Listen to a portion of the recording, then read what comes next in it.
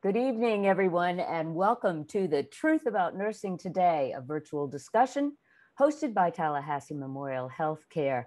I'm Trish Higgins-Karowski, and I'll be your moderator for tonight's program.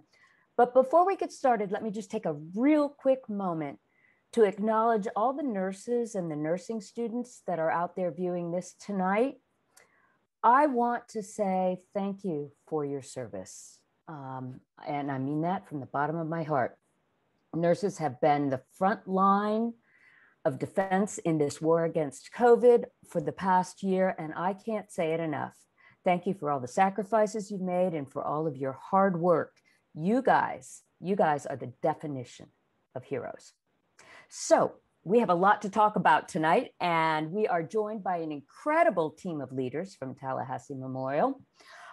They each bring with them a unique perspective from their own nursing careers.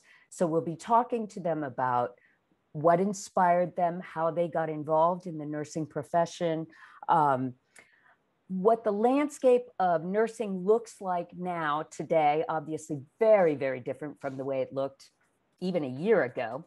We'll be talking about the sorts of opportunities and career pathways that are available to people going into the nursing profession. And our panelists will try to answer any questions that you might have, and they've got some good advice for everybody. So without further ado, let me introduce our panelists, beginning with Ryan Smith. Ryan is the Vice President and Chief Clinical Officer at Tallahassee Memorial. Ryan, thanks for being here. Jacqueline Moss works as an internal medicine and COVID-19 nurse manager. Hi, Jacqueline. Samara Sims is the Director of Projects and Engagement. Samara. And Renata Roldeo, a talent and acquisition specialist for Tallahassee Memorial. Thank you all for joining us tonight. I know you're very, very busy folks. Many of you in the audience submitted questions in advance, and so I will pass those along to our panelists as we go along. But if you have additional questions you want to ask, please just use the Q&A feature in Zoom, and I will do my very best to get you answers to those questions within the time frame of our program here. So let's get started. Ryan, I'd like to begin with you by talking about career opportunities within the nursing profession. And you started out as a bedside nurse, and now you are a vice president and chief clinical officer. Tell me a little bit about how you got into nursing, why, and why you took the path you did. Absolutely. Trish, thank you so much, and appreciate everybody attending today and tonight. Hopefully this is insightful for you all.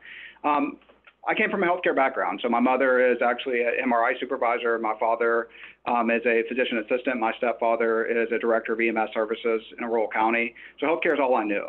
And I had a long conversation with my father. I was toggling whether to go to physician assistant school or go to nursing school. And my father gave me the advice that nursing offers diversity. If you want to stay in leadership, you could go in leadership. If you want to go to advanced practice, you could go to advanced practice. If you want to stay at the bedside, which is an amazing career, you could stay at the bedside. That in his experience as a physician assistant and what I've seen in my experience as well, nursing offers the diversity that other professions don't in the clinical environment. So I selected nursing. It has been the best career choice for me. It has offered me many, many opportunities that I've been very blessed with. Like a typical male, and this is what we hear, and y'all can attest to this, that most males that you speak to in the nursing profession, there's really two primary fields that they would like to go to: critical care or emergency services. And I ventured in the emergency services route. I wanted the trauma, I wanted the experience. Originated from Columbus, Georgia, and grew up in a military brat there. And I wanted to work at a large academic medical center, which was CMH. I just applied here, and it's been the best decision of my life. Had gained experience at the bedside. I view in leadership, and I had a natural path to leadership where I want to make a difference. I want to support individuals. I want to support our colleagues, and that's big to me. I feel that my personal belief, if you have happy colleagues, you have happy patients. And that is our job as leaders to promote our colleagues, to support our patients. And that leadership route, that was my goal. And I quickly ventured from the bedside in the ED. I wanted to learn as much as I can, wanted to learn about trauma, wanted to learn about all the different acuity, want to be the generalist of the ED, but also had a natural progression to take care of people. So I progressed to the charge role in the ED. And my leadership style is, I'm not an expert by any means. I'm probably the least experienced when it comes to the bedside, but my job is to knock down barriers. My job is to support the clinicians. My job is to make sure the patients are taken care of. And that's what I've done my whole career. And the leadership opportunities have really followed through that same mindset and that path. Had the opportunity to go lead our urgent care center. I started as a new grad in 2008, promoted to assistant nurse manager in 2010. And then promoted to a nurse manager at urgent care in 2011. And that was a great experience for me. It was working with medical staff and registration, radiology. So I really learned the whole business aspects of nursing, as well as taking care of our patients there. And then ventured into the inpatient side, over in the hospital side, out of emergency services, out of my comfort zone. And progressed through the inpatient units and worked. And like I said, by no means am I a clinical leader. It's nursing gives you that foundation, but the leadership of supporting the staff to help support the patient needs. And, had a lot of success on the inpatient units, had a great team around us. I went to director of patient flow, which is the operation side of nursing that many behind the scenes don't see. And, looking at patient throughput, working with physicians, trying to make things better for the colleagues as well as patients. In my unique position now as a clinical division, so we actually have ancillary services as well. So we have nursing and allied health, radiology, respiratory services, and it's a great opportunity. And just through that sheer really natural progression, had the opportunities and positions just presented themselves. So it's been amazing. What a career! What an amazing career! You're in a unique position on this panel because you're the only guy. But Correct. you're also in a predominantly, is it still a predominantly female staff profession? It is, and I would tell you, I'd like to share a story, and I go back and, things have changed in the profession with male and female. I actually had a FSU nursing student with me who I gained a tremendous amount of respect for, and he's a male. Luis is his name, and I asked him, I said, so where do you want to go? When you graduate, what field of specialty do you want to go into? And he looked and he said, I have a love for children. I want to go to the peds intensive care unit. And that was, really unheard of back in my day when I graduated.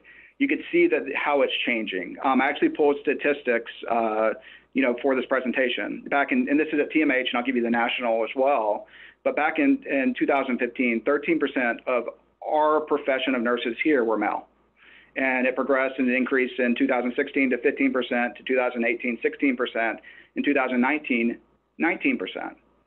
Nationally, 2015, 9%, and 2019, 15%. So you can see that the landscape and the changes are occurring. 2008 for me is completely different than what it is today. What do you attribute that to? I think it's opportunities. When you look at it, and I think, individuals want to make a difference. And I really firmly believe that. I think it is still a female-dominated profession, but I also think you see that there's a lot of success in males that are venturing into the career as well. It is a phenomenal profession, and individuals want to make a difference. And in nursing, you can. I think it's. Are there any advantages of being a guy in the nursing profession? To me, I don't know if there is or not, to be honest with you. I have seen males succeed and be wildly successful, as well as females succeed and be wildly successful. I think it's nurses are different. I think it's the individual. I think it's those individuals that want to care. Okay, so tell me what it is for people what is it that makes a good nurse? To me, it's not skills. And skills we could teach. I think that to be a great nurse is about the person. Do you want to make a difference? Why are you doing this? Do you want to make an impact to somebody? In the ED, I viewed every patient that came in, this is an emergency for them. And what, in my role, am I helping support them? Those things you can't teach. We could teach skills all day long. So I think it's the root of what you're born. And if you want to make a difference and you want to make a positive impact to somebody's life, nursing offers that ability. Amazing. Okay, well, let's talk about making a difference. Let me speak to you, Jacqueline. You are the COVID-19 nurse manager, and I'm almost afraid to ask this question, but what has this past year been like for you? Well, it's definitely been a challenge. You know, we taking this on in the beginning, we had no clue what we were going to come up against. Nobody had ever seen it before. You know, one of the biggest things that really affected us was never knowing when it was going to end. So it's, you know, I've watched everybody grow. I've seen myself grow through all of this. You know, just coming in every day and not knowing what you were going to be up against. Just, you know, you had to be strong. You had to come in and you had to put on a strong face. And I had to do it for the staff. I had to do it for, you know, the patients, their families. So this year has taught us a lot about ourselves, not just, you know, as nurses, but also as individuals, you know, as mothers, you know, fathers, children. You know, it's just really kind of us looking at ourselves and saying, all right, what do we need to do in order to get through this? So it's been an interesting year. Would you say that it's changed nursing? I think, well, in a way that, you know, of course, it's changed us. You know, we will never be the same. But I think one of the things that I really enjoyed watching, you know, over the last year is kind of seeing the nurses actually take control of nursing again. You know, we put so many tasks on them, and through COVID, we actually kind of took the task away and looked at the patient as a whole, you know, and it wasn't just the patient, it was the patients and their families. And of course, they couldn't be there with their loved ones. So, you know, knowing that we have such an impact on people's lives, you know, really drove us to continue pushing through.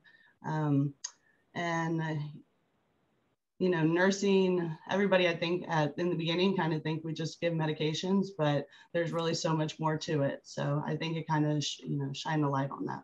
And I think if there is a good thing to come out of this, it is that people are now more aware of just how critically important nurses are to our day-to-day life almost.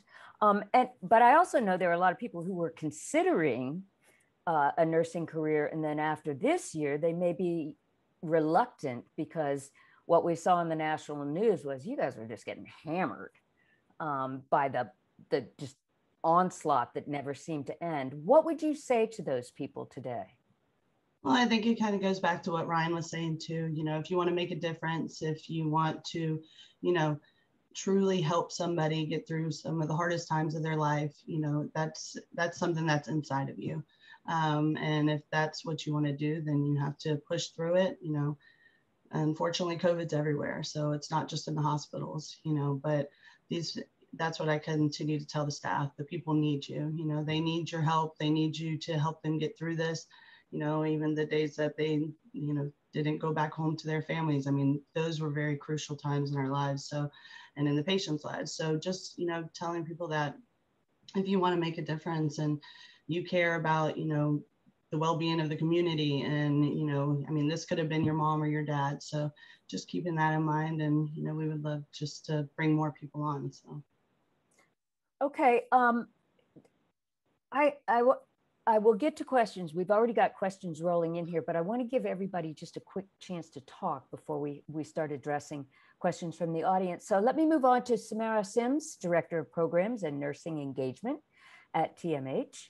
Samara, you started as a student and then you were hired by TMH as a bedside nurse in the ER, and now you're the Director of Programs and Nurse Engagement. What does that role entail? So the role is very dynamic, I like to call it.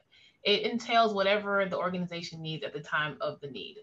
So when I came in last year in January of 2020, the world blew up. COVID happened, and my role really was just to meet how we can support the nurses on the units and also how I can support the organization.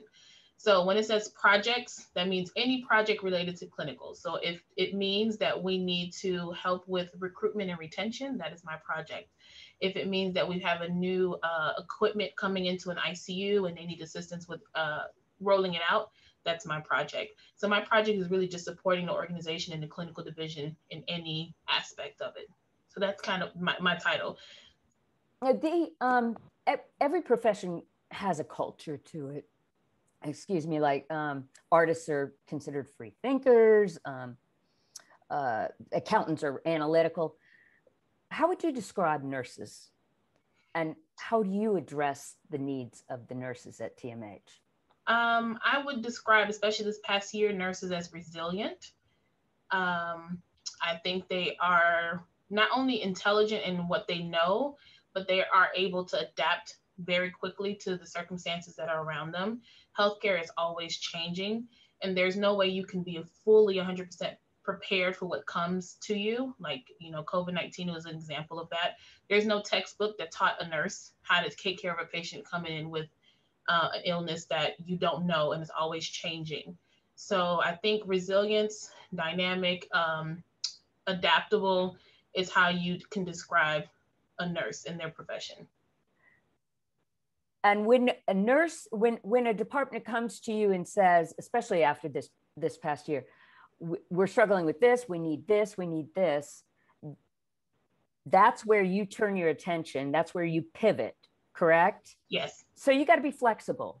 Very flexible. That's this last year, especially very, very flexible. You have to be able to meet the nurse's needs or any clinical division needs, because they're the ones providing the care. So our goal is to really support them and provide them all the resources that they need to make sure that they're doing an efficient job, that they're providing safe patient care. And how have these initiatives helped this past year? Give me an example of what. I guess one of the initiatives is when our focus right now has been on recruitment and retention. And let's say one example was we implemented something called stay interviews. So we focused a lot on recruiting some great staff to the organization, but now we want to shift our focus a little bit on the staff who are currently here and how can we ensure that you're receiving what you need. So the Nursing Engagement Division started a stay interview program where we're going from unit to unit and attending staff meetings and having just a one-on-one dialogue with the nursing and clinical staff. And we sit there and we allow them to just give us feedback. What's going well? What can we assist you with? What can we do better to support you? And my hand at the end of it is cramping because we write everything down.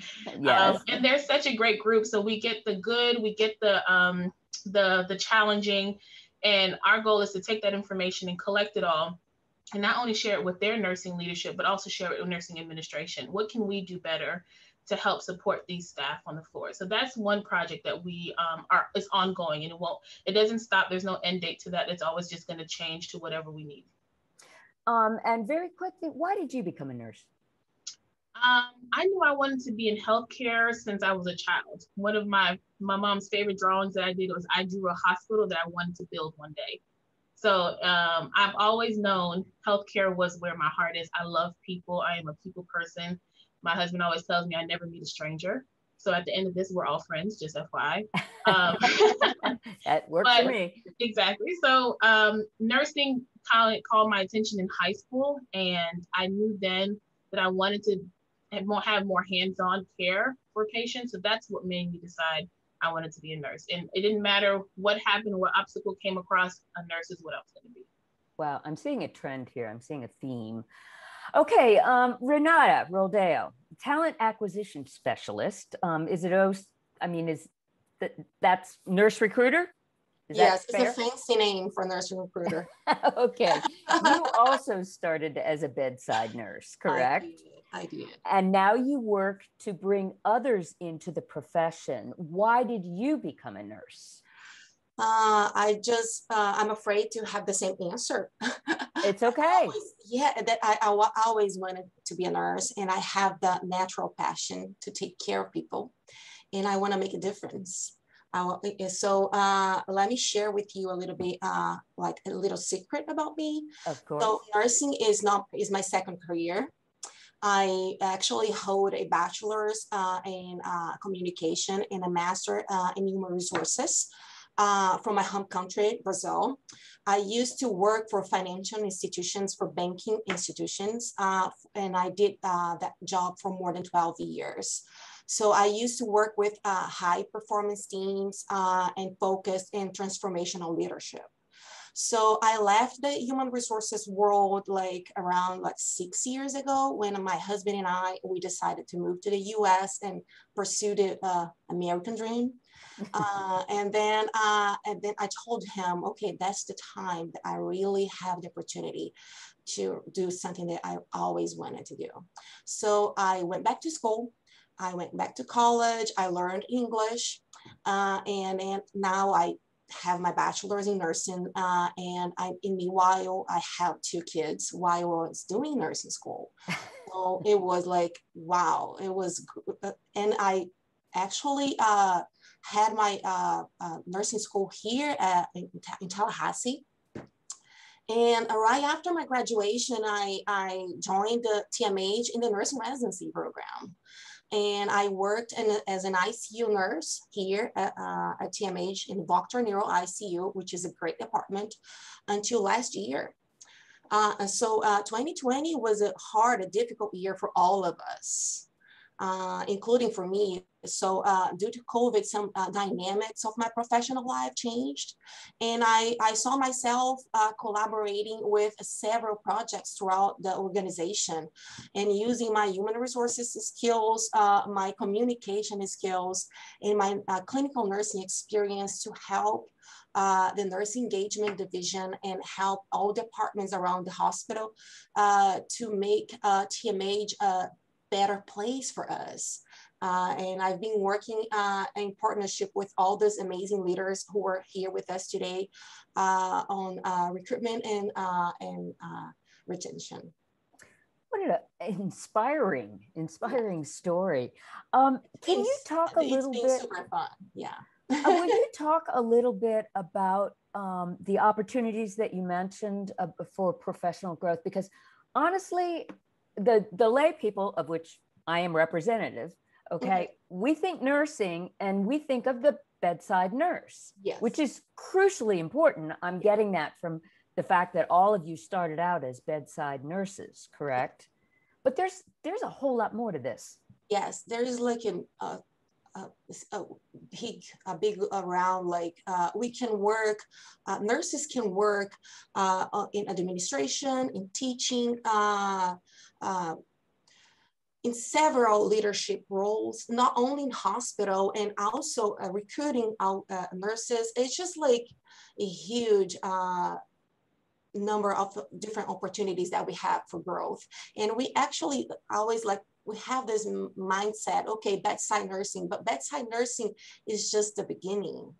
Yeah, there is we can pursue being a CRNA or being a nursing practitioner and work in several different fields in nursing, not only in bedside nursing. What areas in the hospital, and I'm speaking in general terms here, but what areas are most in need of nurses, new nurses?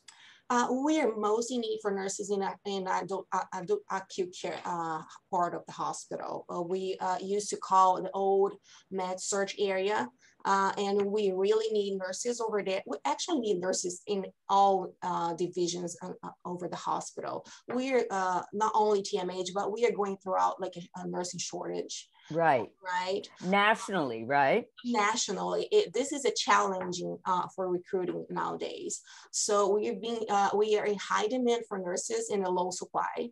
So it's being hard for us to recruit and have nurses joining, not only in the med surg area, but in several units in the hospital. Okay, I want to get to a couple of questions from some of our viewers here, and I'm just going to put it out there, and whoever feels most compelled to answer, feel free to jump in. Pay increases for new hires have been made. What other incentives have you implemented and done for core staff? You want me to take on that one? Yeah, go for it. For sure. So a couple of things that we looked at. We talked about the stay interviews, and it's about the environment that is here. Of course, we want to pay all of our core staff to nth degree, but there's, of course, the business aspect of it of, there's only endless amount of funds that are in the bank account. So how do you balance that? We knew that we did a pay increase here at TMH. We had to become more competitive to the market, and that's just naturally what you've seen. Ours is about the relationship, the engagement, support. I mean, I think those things are important. When you look at a nursing engagement division, there are not many institutions that invest in a nursing engagement division. What does that mean? Do you have the support you need from leadership? Do you have the buy-in and the autonomy to make and influence changes? Do you have leaders that support your ambition? Those are the things that we have focused on and we focused heavily on.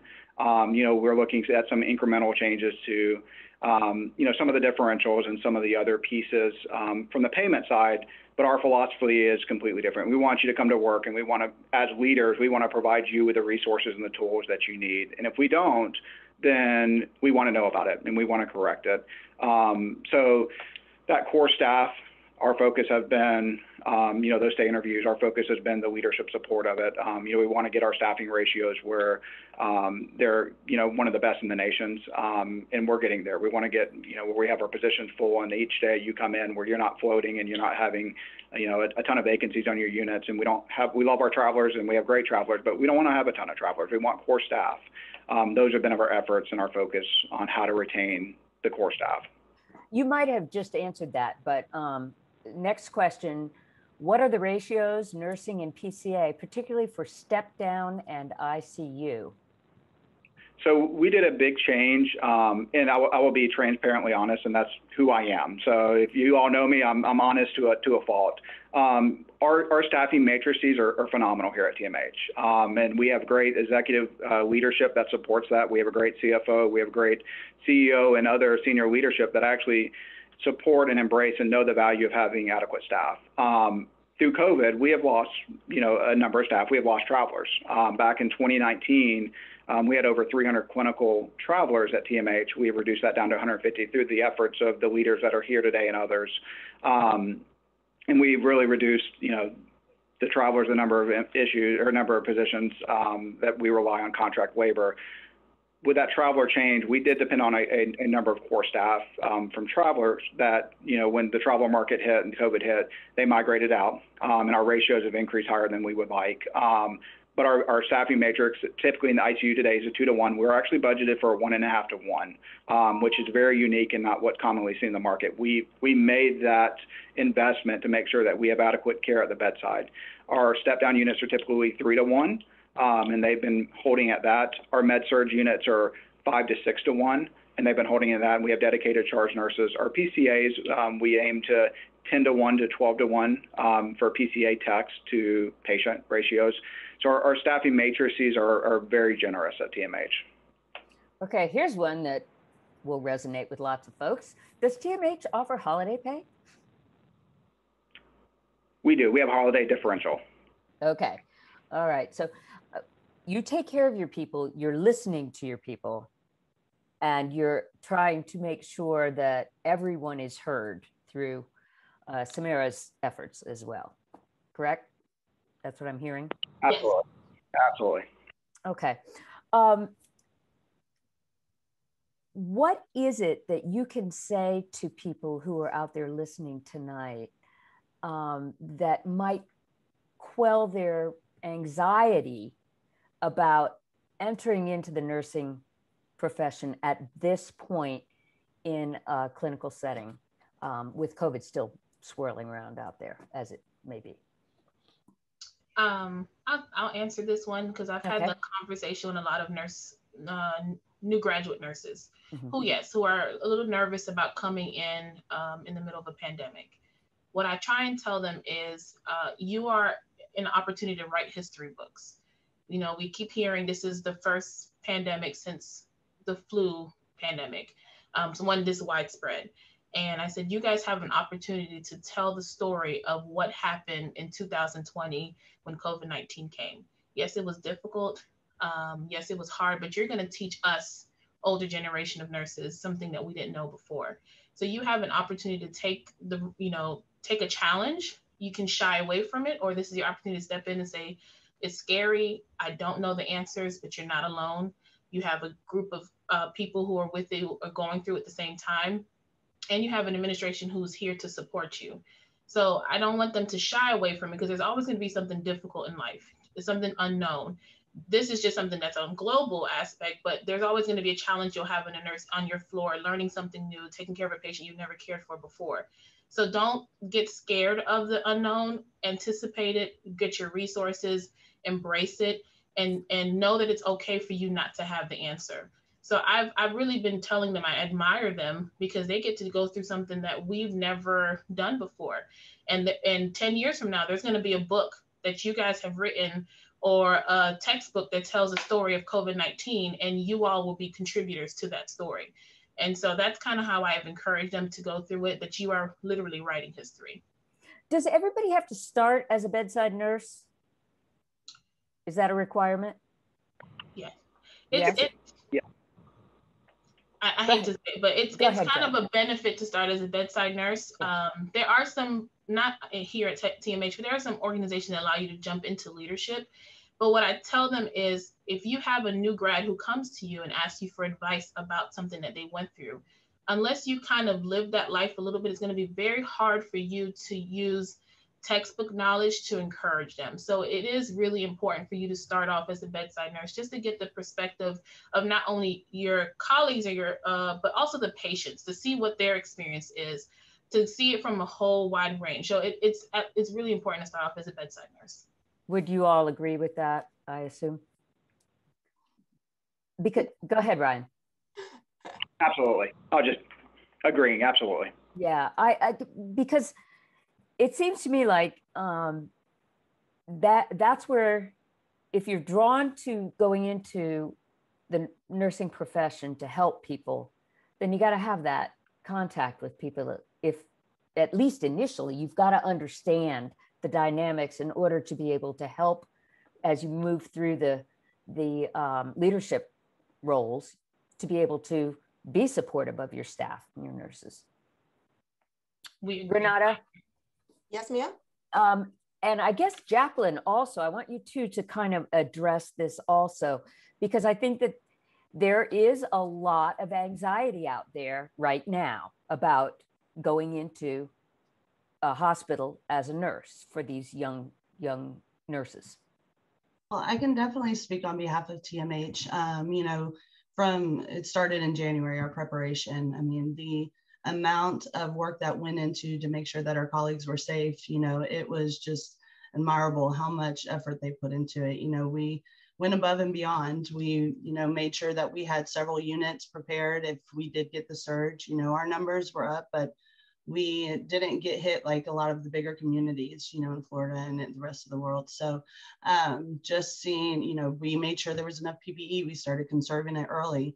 You know, the organization went and purchased equipment to make sure that we could sterilize things. That way we never ran out of it. You know, I hear stories upon stories of, you know, having to wear one mask for a week or a month. You know, you put your name on it and it was yours, and that never happened here. You know, we actually, there was never a short supply of PPE. It changed, but we always had something to protect us, you know. And the organization also did a lot of things to make sure that everybody was updated daily. So, you know, no matter what it was, really all of that information was put out for everyone to understand and to know. So, you know, we put a lot of policies into place, and key stakeholders took advantage of that. And we all got in, you know, groups and made sure that we did everything that we could to make sure that the staff were not only safe, you know, here, but also safe to go home. And so it would also protect their families, and also to keep the patients safe as well. So, you know, none of the decisions were easy, but we definitely came together as a whole and made the decisions that kept everyone safe. And Trish. Yeah, go ahead. And I just like to add to that, you know, you talk about how do you support current colleagues and staff, and I think that is what really set us apart from many institutions here at TMH, that, you know, our leadership here invested heavily, and there was our goal to make sure that colleagues were safe, you know, and those things you can't put a money or monetary value on. And, you know, I can tell you, Jacqueline on a daily basis provided direct care. Myself and other leaders provided direct care to COVID patients. And, you know, in the beginning of this pandemic, we were arm in arm, side by side with them to support them, to say, we understand what you're going through.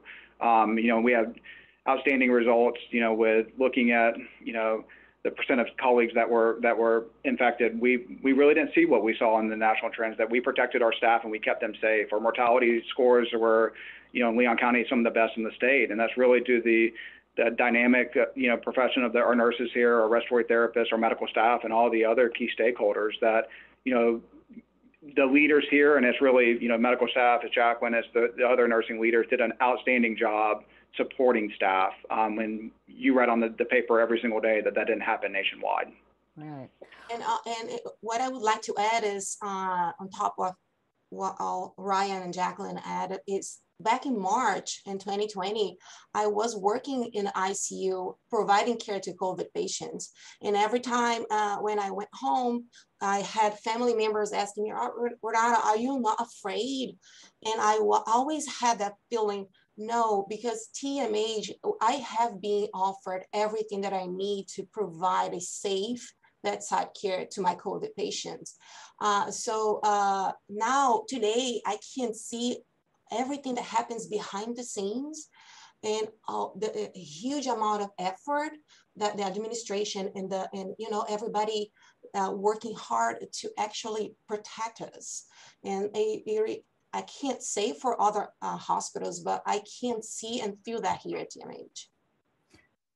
I'm going to throw this out to all of you, each one of you. What would you say is the most rewarding thing about nursing and working at TMH?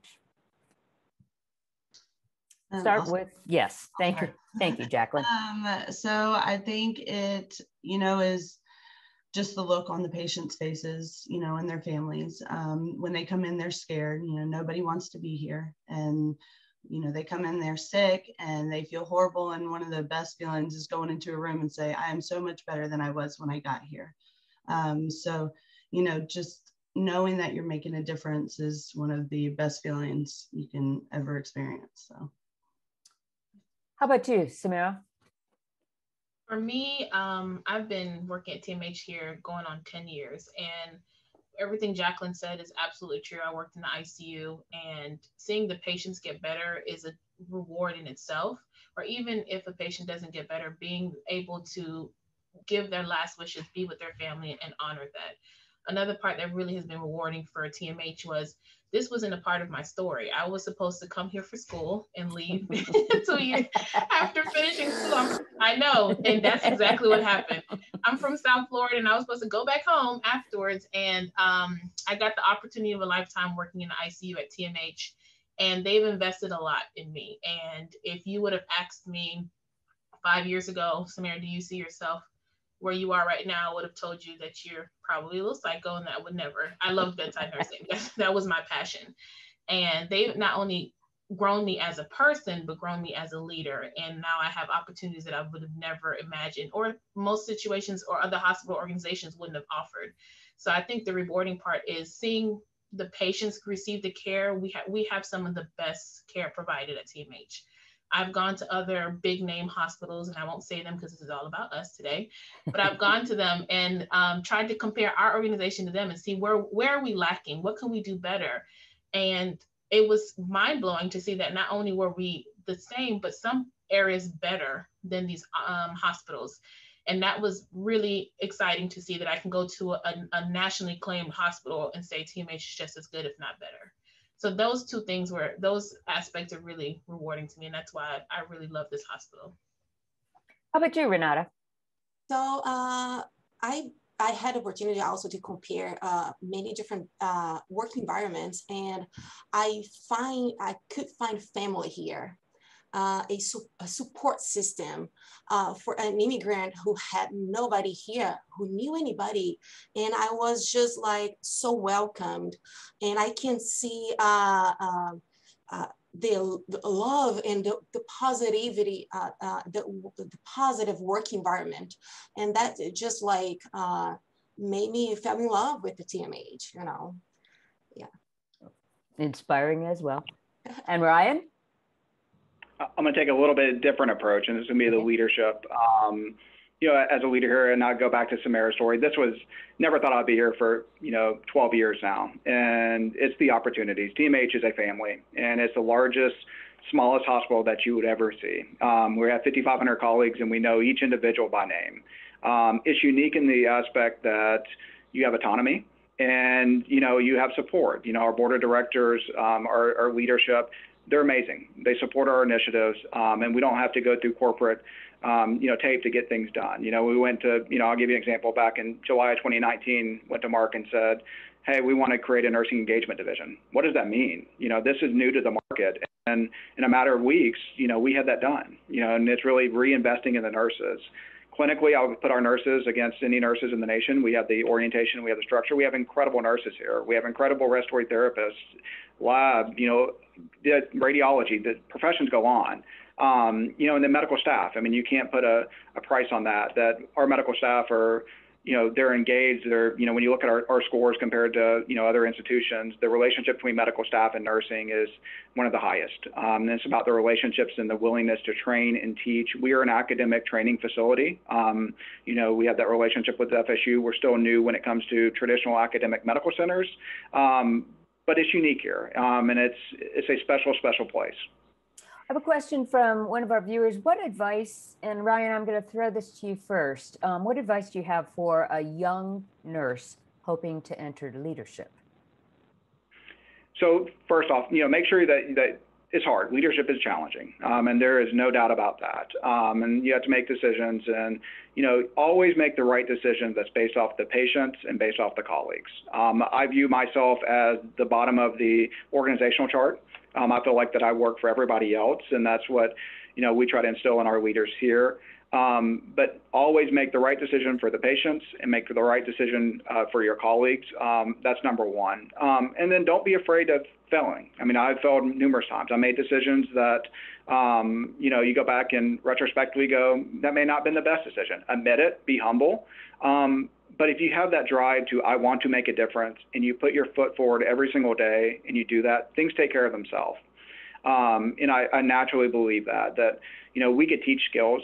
We can't teach, personalities. We can't teach people to care. Get involved, and that's as simple as that. Get involved. Everything's about relationships. Everything's about communications. And if you're doing it for the right reason, things take care of themselves.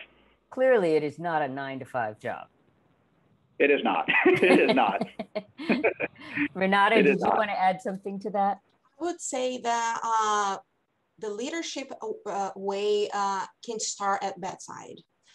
When a nurse, a brand new nurse, starts delegating and verifying the work, they are already practicing leadership. I would say also a good advice, it will be when you have a problem, you bring the problem, and you also bring ideas and present solutions for the problem. You will be seen a different way when you set it aside and go above and beyond in many situations. I would say that it will be a great advice for anybody who is starting and would like to pursue a leadership role in nursing. What do y'all think is the best thing about going into nursing? Start with you, Jacqueline. I think the best thing about being a nurse. The what? I said the best thing about it all. The possibilities. Right, and you can go anywhere. So you start on one floor and you kind of find your niche. You say, okay, I want to do this. So you can still be a nurse, but go do something completely different. The opportunities are endless with nursing. You can go to the ICU. You can, again, go into leadership. I mean, there's just so many different things that you can do, depending on where your career path takes you. So. How about you, Samara? I'm sorry.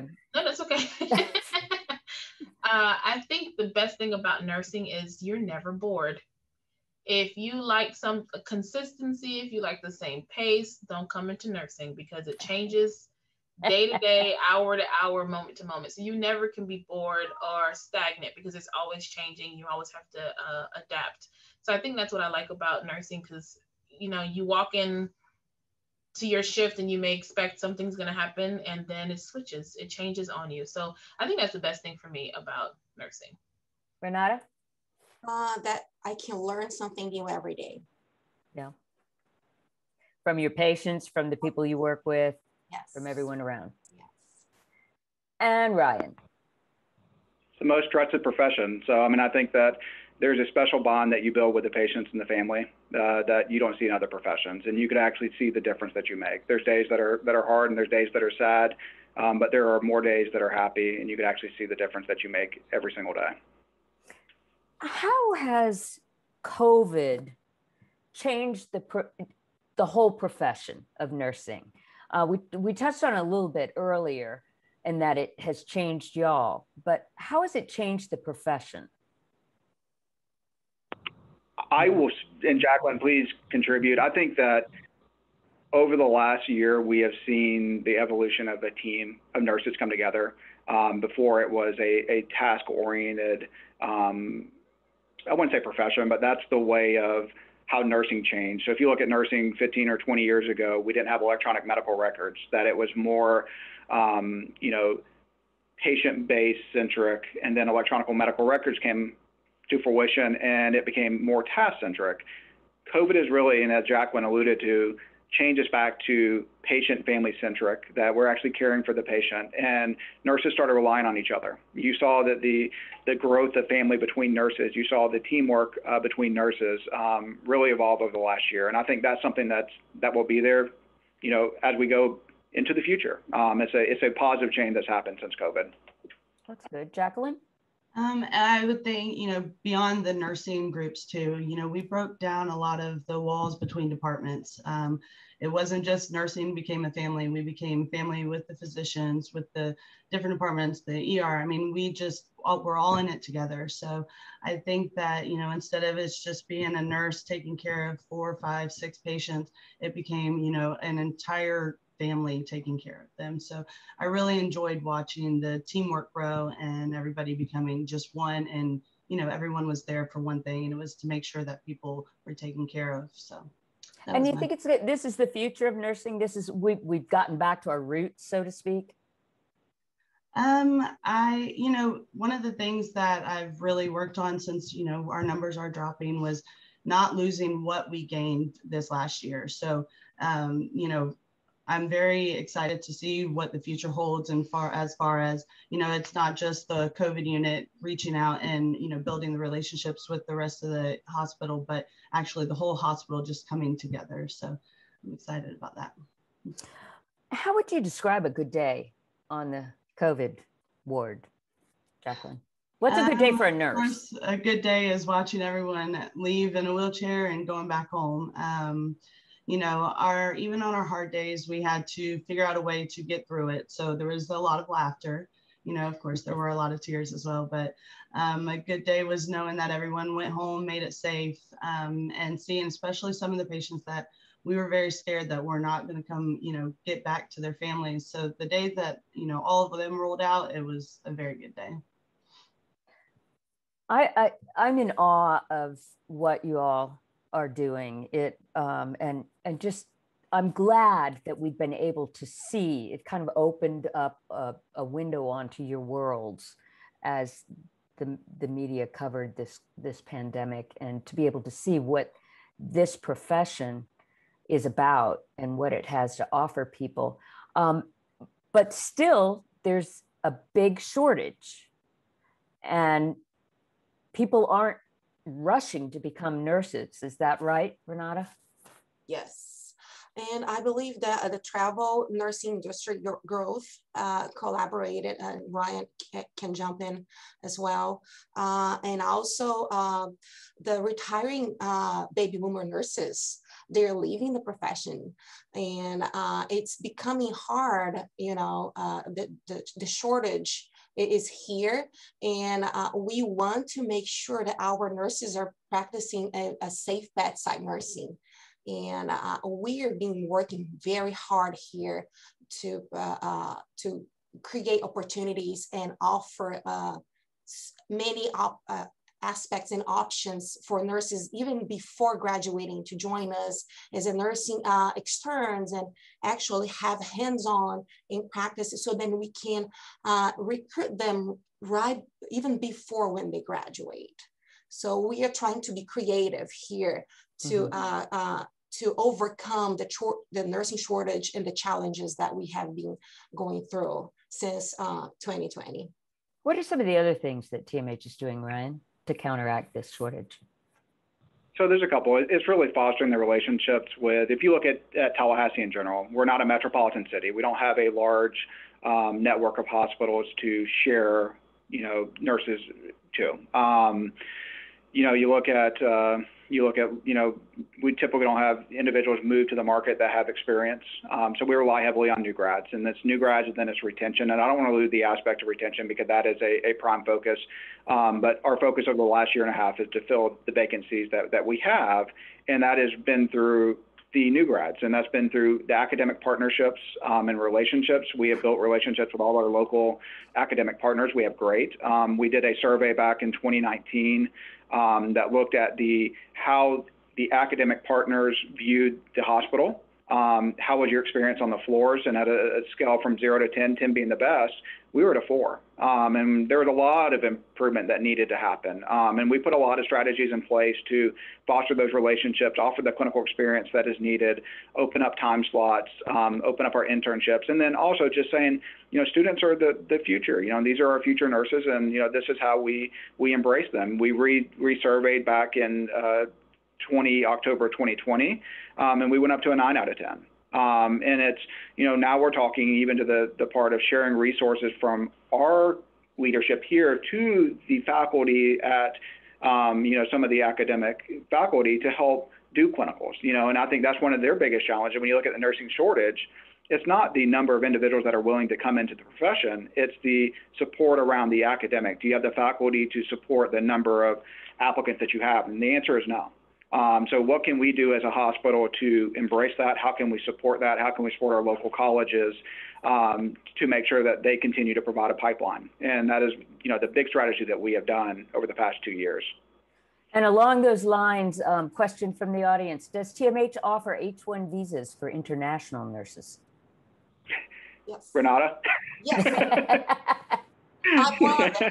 Address that, Renata. Yes. Yes, we in a leadership capacity. Yes, we are very welcome to international nurses here. We provide AB3 visas and H1 visas for our international nurses here at TMH. So we have nurses coming from so many different countries around the world.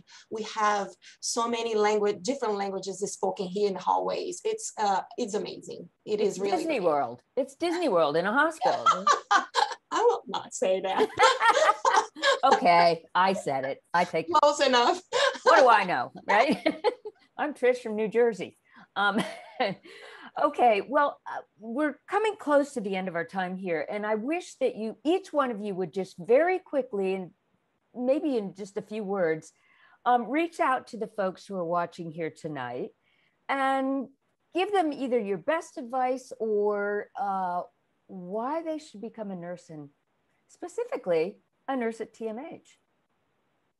We'll start with you, Jacqueline. I would say, I'm kind of like everyone else, did not think I was going to be here 10 years. So I think just saying that in itself tells you what an amazing place this is. And again, we're just a big family. So you walk through the halls and everyone's saying hello to each other, and we used to give hugs, but that's kind of been put on hold. So big elbows. I think just coming and joining our big family and seeing how amazing it is. So. Samara.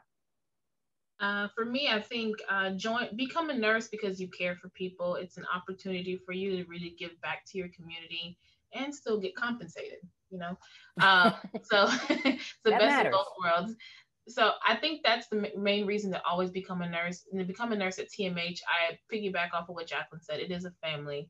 You can't go into the cafeteria without sitting there for at least 30 minutes talking to people, because you just see everybody that you haven't seen, or you connect, and everybody just, they love on each other. It is really like a family.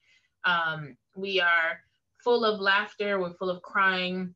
We support each other when we need to be supported. And that's what I think TMH offers us. Ryan mentioned it, you know, we are a big, small hospital. Like, we are large in size and volume of employees, but as far as the dynamic and the relationships, we're really, really close knit. So I think that's the main reason to, one, become a nurse, because you care for people, and also two, why should you become a nurse at TMH? Because you'll get the support that you need. Renata. I would like to invite all of you guys to join us in whatever role you think you might be a great opportunity for you. I believe this is a great family. I will keep repeating what we are all saying. And, you know, I love this place. We have a great family. I walk in the hallways, the CNO knows my name. And I feel like I'm part of this. And I believe that all of you guys deserve the opportunity to, you know, join us and have at least a shadow or come over here. I would love to share my information and talk more about the amazing nursing opportunities that we have to offer here at TMH. How would they get in touch with you, Renata, if someone's interested? So they can apply online in our TMH careers website, and over our nursing page, you can have my phone number, my email address, as well as I can type here in the comments my email address. So then if somebody wants to discuss further, I will be more happy to do that. So. Okay, and Ryan, I'm going to give you the last word on this. All right, sounds good. So my advice, and I've been reaching out and speaking to many of the nursing students, you're as marketable as the employer looking at you. So have that confidence. So when you go interview, know that you have options, and know what you're getting yourself into, and look for a place that's culture is important. And we're not perfect by any means, and we have a lot of opportunity, and I can't stress that enough. But we have individuals that are committed to make those changes. And do you know the leaders that are there? Do you know the floor that you're working on? Do shadows. Make sure that you go to the floor. And, you know, I have a lot of discussions with students. They have a passion that I want to go to emergency services. That's where I want to go, and I'm dead set on to go to emergency services. And many will accept a job before even going into that emergency services. Shadow, see the environment, because there are many times that you go to that and go, you know, right, wrong, or indifferent.